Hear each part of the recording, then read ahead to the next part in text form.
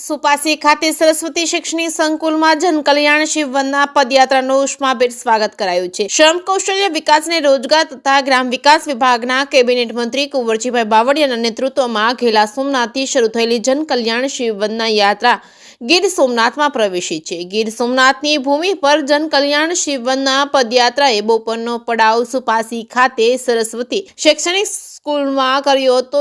શૈક્ષણિક સ્કૂલ ખાતે પૂર્વ મંત્રી જશાભાઈ બારડ તેમજ પૂર્વ બીજ નિગમના ચેરમેન રાજશીભાઈ જોટવા તેમજ સર્વ સમાજના સ્થાનિક અગ્રણીઓ અને પદાધિકારીઓએ ઢોલના ધબકારે શરણાઈની મધુર સુરાવલીઓ વચ્ચે મંત્રી અને પદયાત્રીઓનું ઉષ્માભર સ્વાગત અભિવાદન કર્યું હતું। મંત્રીએ સ્થાપનાના આદ્ય સ્થાપક દિવંગત રાજશીભાઈ મેસણીભાઈ ચાંદેસરાને પુષ્પાંજલિ અર્પણ કરી શિક્ષણમાં તેમના યોગદાનને યાદ કરી ભાવસ્મરણ કર્યું હતું। જનસભાને સંબોધતા કેબિનેટ મંત્રીએ કુંવરજીભાઈ બાવળિયાએ જણાવ્યું હતું કે જનકલ્યાણ શિવવનના યાત્રાનું પ્રસ્થાન તારીખ 20 ડિસેમ્બરે ઘેલા સોમનાથ મહાદેવની પૂજા અર્ચના કરી ધ્વજારોહણ સાથે પૂજ્ય સાધુ સંતોની ઉપસ્થિતિમાં થયું છે। જે કે સિંહ ગુજરાતી સાથે મહેશ વાજા, સોમનાથ।